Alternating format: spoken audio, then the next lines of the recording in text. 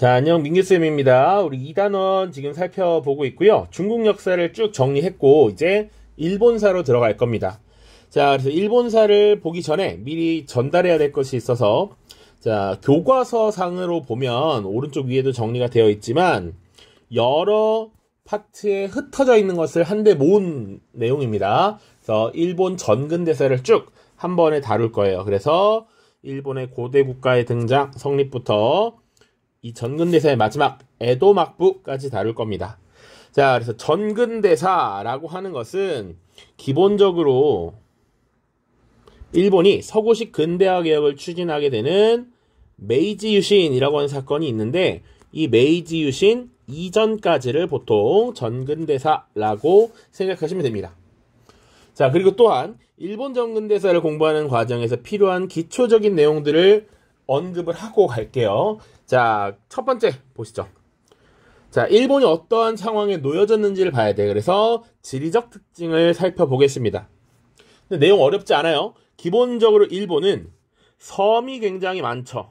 일본 자체가 섬나라잖아요. 그러다 보니 이 여러 수많은 섬들을 묶어서 강력하게 권한을 행사할 중앙집권 국가가 등장하기 어려웠다라는 게 특징입니다.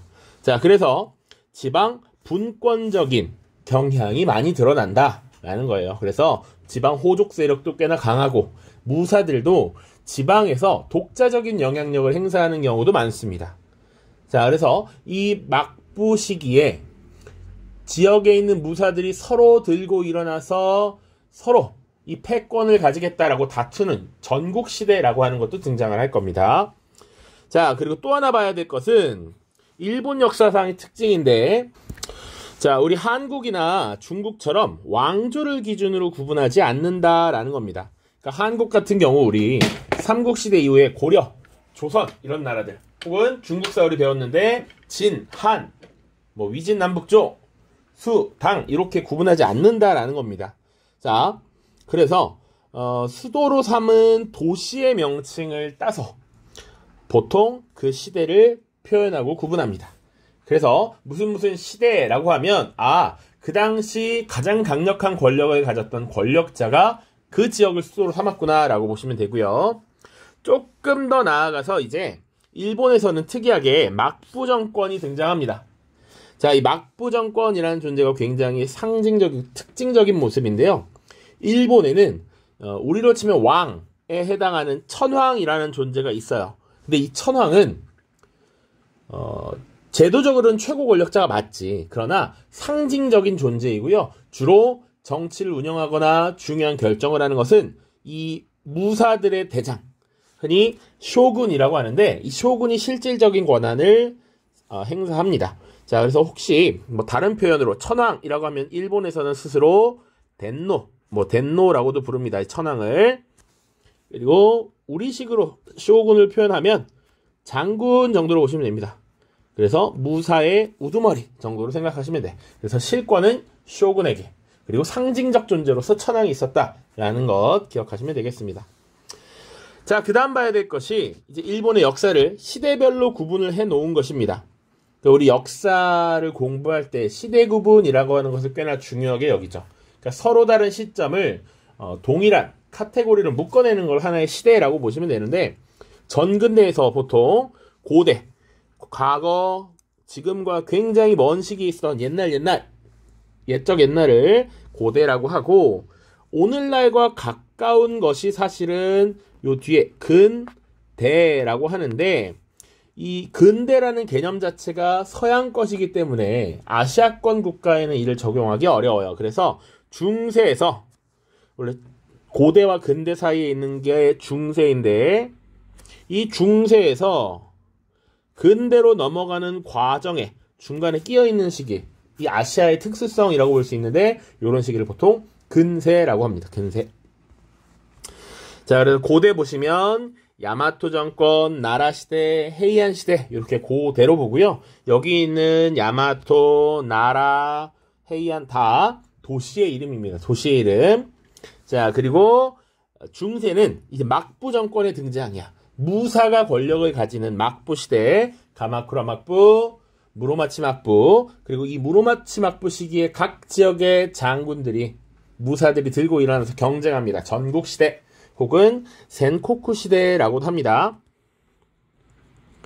자, 그리고 이것을 통일했던 것이 도요토미 히데요시입니다. 그래서 임진왜란이라고 하는 사건이 빵 터졌었고, 그 이후에 도쿠가와 이에야스가 권력을 잡으면서 에도 막부가 들어서죠. 자, 그래서 조금 더 봐야 되는 건 이 에도 막부의 마지막, 그러면 근대로 넘어가는 시점 1868년이 바로 처음에 얘기했었던 메이지 유신이라고 하는 사건입니다. 이 메이지 유신이 시작되는 1868년이 전근대와 근대를 나누는 기점이고, 자, 이렇게 서구식 근대화 개혁을 추진했던 건 이 에도 막부 말기에 1854년에 이제 서양 세력과의 충돌, 뭐 일방적으로 맞았습니다. 이 당시에는 충돌이 있었기 때문이다. 그래서 이제 미일 화친조약이라는 것을 체결하면서 서구와의 교류가 활성화되었고, 이 서구식 근대화를 추진하게 되었던 것이죠. 자, 요 정도 보시면 되겠습니다. 자, 그래서 사실 지금 세계사에서 다루는 일본사는 요렇게 쭉 다뤄지는데, 이왕 시작했으니까 동아시아사에서도 일본을 굉장히 자세하게 다룹니다. 동아시아라고 하면 한국, 중국, 일본, 그리고 현대 파트에서 베트남 정도가 조금 더 추가되는데, 미리 예습한다 치고 동아시아에서 나오는 것까지 조금만 다뤄보죠.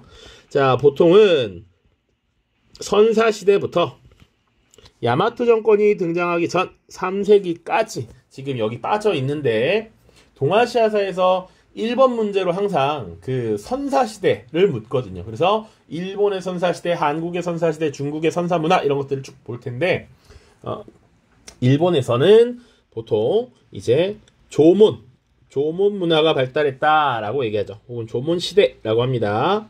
요게 일본의 신석기 시대를 보여주는 것이고요. 자, 그리고 그 뒤에 청동기와 철기가 한반도 지역으로부터 전래되면서 동시에 등장했다라고 보통 봅니다. 야요이 시대 혹은 야요이 문화라고 하는데, 이때가 청동기 그리고 철기가 동시에 발달했다, 이렇게 봅니다. 자, 그리고 우리 역사를 공부할 때 보통 청동기 문화를 기반으로 국가가 형성된다라고 하죠. 그래서 각종 소국들이 등장하게 되는데, 요게 대략 3세기경으로 봅니다. 그래서 대표적인 국가로 3세기에 주도적인 역할을 수행했던 야마타이국이 있었다, 이렇게 보고요. 자, 이 야마타이국의 히미코 여왕이라고 하는 인물이 동아시아사에서 언급이 되기도 합니다. 그래서 이 3세기 야마타이국의 히미코 여왕이 당시 중국에 사신을 파견해서 친위외왕이라는 호칭을 부여받기도 했습니다. 뭐 요 정도 기억해 두시면 좋을 것 같고, 뭐 그 전에 사실은 후한 때도 이 금으로 만든 도장을 받기도 했었습니다. 뭐 요 정도 보시면 될 것 같아요. 자, 선사시대부터 3세기까지, 그리고 그 이후의 내용 이제 본격적으로 내용에서 다루도록 하죠. 자, 지도도 있습니다. 우리 지금 오늘날의 지도예요, 사실은. 그럼에도 불구하고 일본에 대한 기초적인 지리적 감각을 익힐 수 있을 것 같아서 가져왔습니다. 자, 일본은 크게 4개의 섬으로 구성되어 있다라고 얘기합니다. 자, 그래서 수도인 도쿄가 있는 요 메인 섬, 가장 큰 섬을 보통 뭐라고 하죠? 혼슈라고 합니다. 혼슈. 자, 그리고 겨울, 여름 어느 때에도 관광을 많이 가는 홋카이도죠. 겨울에는 설경이 아주 아름다워서 여름에는 덥지 않게 즐길 수 있어서 많이 갑니다. 자, 그리고 여기 시코쿠라고 하는 섬, 그리고 여기 큐슈가 있죠. 그래서 크게 4개의 섬으로 구성되어 있다라고 보통 보고요. 중요한 도시로 딱 찍혀있는 게 지금 도쿄와 오사카죠. 그러니까 도쿄는 오늘날의 수도입니다. 오늘날의 수도. 그리고 오사카는 전통적으로 역사 도시입니다. 과거에 분명 수도로 많이 이용되었던 도시라는 얘기야. 그리고 우리가 보통 공부할 때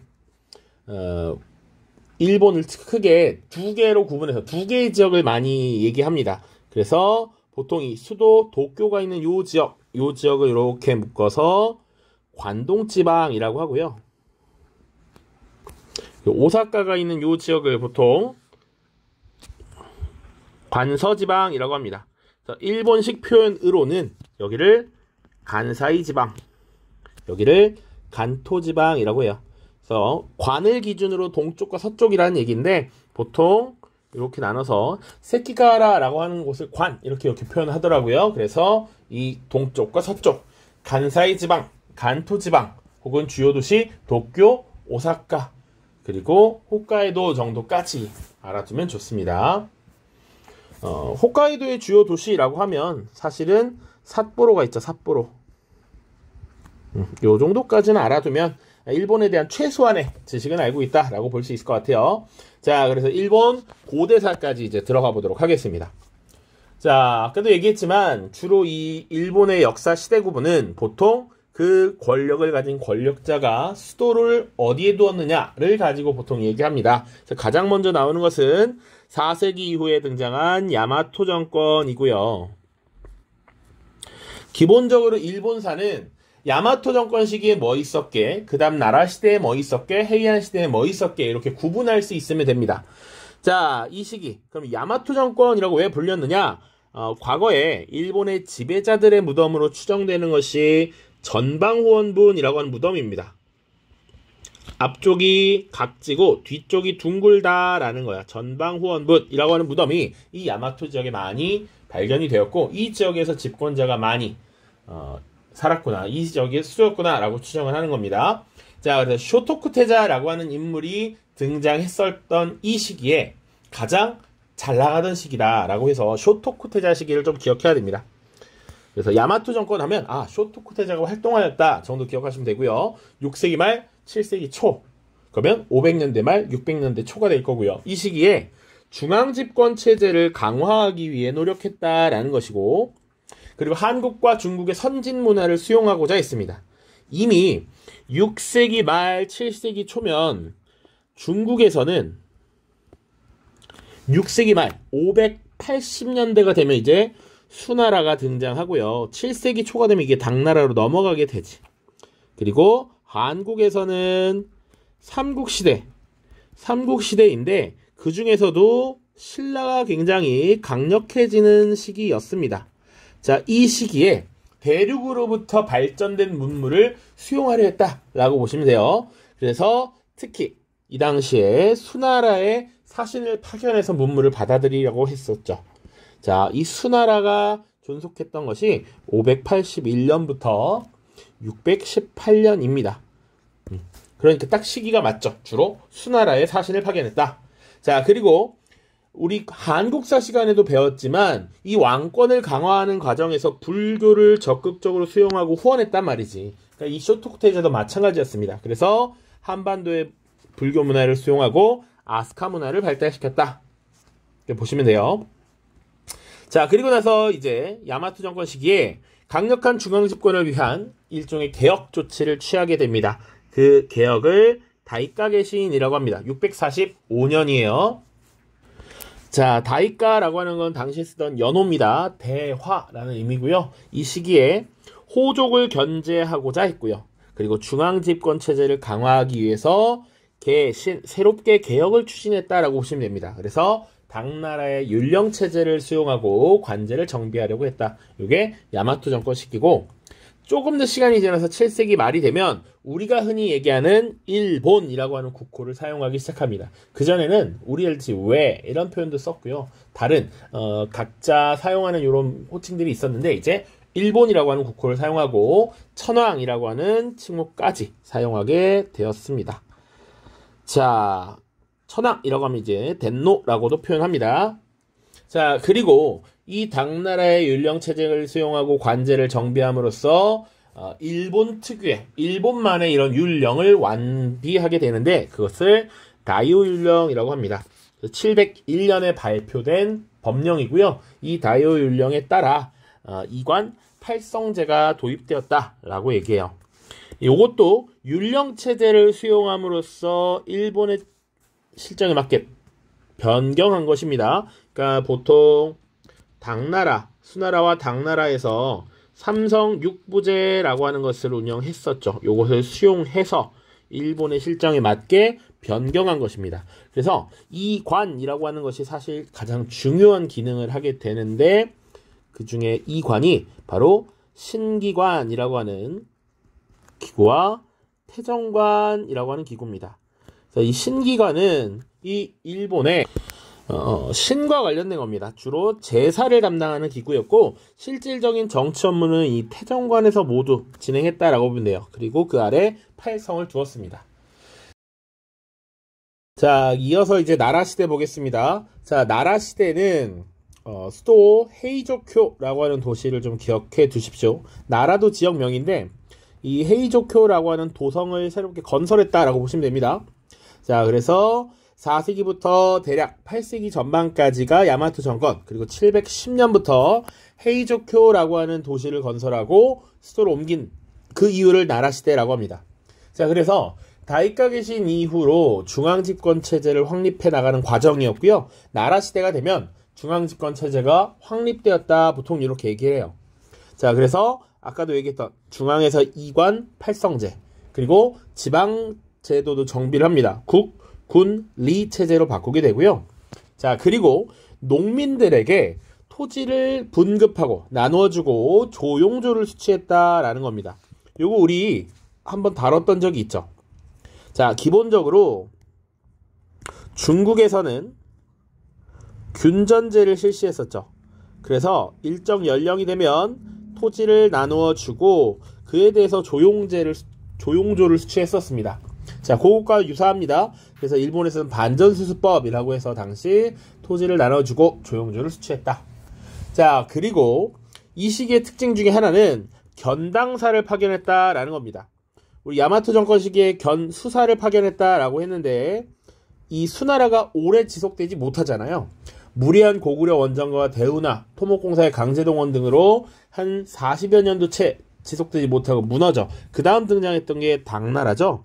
그래서 이 당나라의 사신을 파견한 사실이 있다. 그것이 견당사다라고 보시면 되고, 이 나라시대가 존속했던 게 대략 나라시대는 한 80여 년 정도 됩니다. 이 시기가 한참 당나라 때와 겹치게 되죠.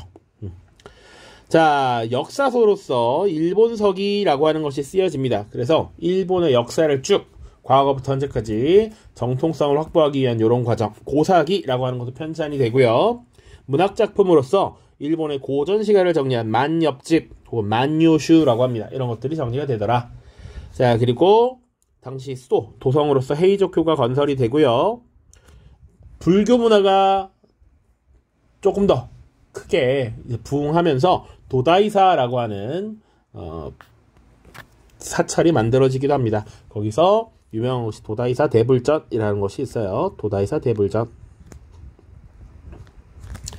자, 그래서 지금 나라시대 이렇게 살펴봤는데 이 나라시대의 특징을 이 헤이안 시대와 비교해서 보는 것이 또 중요하거든요. 그래서 나라시대의 특징은 수도가 헤이조쿄였고 기본적인 특징은 당나라의 문화를 적극적으로 수용해서 당나라 스타일로 지금 국가를 재편하는 당풍의 문화를 보였다면 헤이안 시대는 이제 우리가 외부로부터 의존할 것이 아니라 일본 고유의 문화를 우리 국가만의 문화를 만들자라고 해서 국풍 스타일로 변화합니다.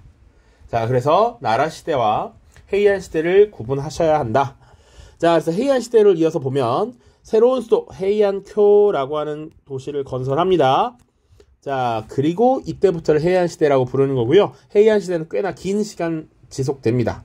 자, 12세기까지 지속이 돼요. 자, 이 시기의 특징은 뭐냐? 자, 분명 나라 시대 때는 중앙 집권 체제가 강화되더라, 확립되었다라고 얘기했는데 정반대로 가는 거야. 지방 분권적 경향이 강해지더라. 자, 이 말은 당시 천황, 왕권이 굉장히 약화되었고 이 각 지역에 산재되어 있는 귀족과 그리고 호족 세력이 장원을 확대해 나간다라는 의미이기도 합니다. 자, 장원, 이것이 확대된다라는 건 기본적으로 개개인이 소유한 사유지가 늘어난다라는 것이죠. 자, 그러다 보니 이 넓은 사유지를 보호하고 지키기 위해서 무사 세력이 등장하게 되고요. 그리고 일부 이 강력한 무사들을 중심으로 무사단이 형성됩니다. 그래서 무사 중에서도 잘 나가는 상급의 무사가 있고, 그리고 그를 따르는 하급 무사들이 있겠죠. 그렇게 형성된 무사단이 경쟁을 벌이면서 서로 힘을 과시하기 시작하고, 이것이 나중에 무사 중에 최고의 위치에 다다르는 쇼군의 존재까지 이어질 겁니다. 자, 그리고 또 헤이안 시대의 특징을 보면 이제 스스로 우리 고유의 문화를 찾자라고 하는 국풍의 문화가 시작된다라고 얘기했습니다. 그러니까 견당사 파견도 중지됐다라는 것이죠. 보통 9세기 말인데 또 그것도 봐야 합니다. 9세기 말이 가지는 당시의 시대적 특징. 자, 원래 당나라는 이 동아시아 문화권의 근본이야, 근본. 그런데 9세기 말이면 800년대 후반이고요. 이때 이미 이제 당나라에서는 황소해난이라고 하는 게 발생하죠. 황소해난이 발생하면서 당나라 자체가 혼란스럽게 되고, 모범으로서의 당나라가 사실상 그 기풍을 잃어버린다라고 보시면 됩니다. 그리고 또 대륙의 한 끄트머리에 있었던 신라도 마찬가지입니다. 이때는 지방에서 호족 세력들이 많이 늘어나고, 당시 지방 통제력이 약화되면서 농민 봉기가 확산되던 시기야. 그러다 보니까 대륙에서 더 이상 배울 것들이 많지 않다라고 생각할 수 있죠. 자, 그래서 이 시기에는 일본 고유의 문화를 발달시키자라고 하면서 국풍 문화가 발달합니다. 가장 중요한 특징 중에 하나입니다. 헤이안 시대. 자, 그래서 일본 고유의 문자인 가나 문자가 탄생합니다. 그리고 이 가나 문자를 통해서 당시 일본의 여러 시가 문학들이 발달합니다. 그것을 와카라고 보통 이야기하고요. 그리고 일종의 소설류 같은 이 산문들도 많이 쓰여지는데, 대표적인 것이 겐지 이야기 혹은 겐지 모노가타리라고 하는 것들이 쓰여집니다. 자, 가나 문자의 발달 역시 헤이안 시대다. 그리고 건축, 대표적인 건축으로서 도성, 헤이안교가 있다. 요 정도 보시면 됩니다. 자, 그래서 요 부분 각 시대의 특징을 잘 살펴보셔야 하고, 나라 시대와 헤이안 시대를 대비적으로 분석하실 수 있어야 된다 정도 얘기할 수 있을 것 같고요. 자, 요 이후에 이제 막부가 형성되는데 일본 중세사, 여기부터 다음 영상으로 이어가도록 하겠습니다. 자, 고생 많았습니다. 안녕.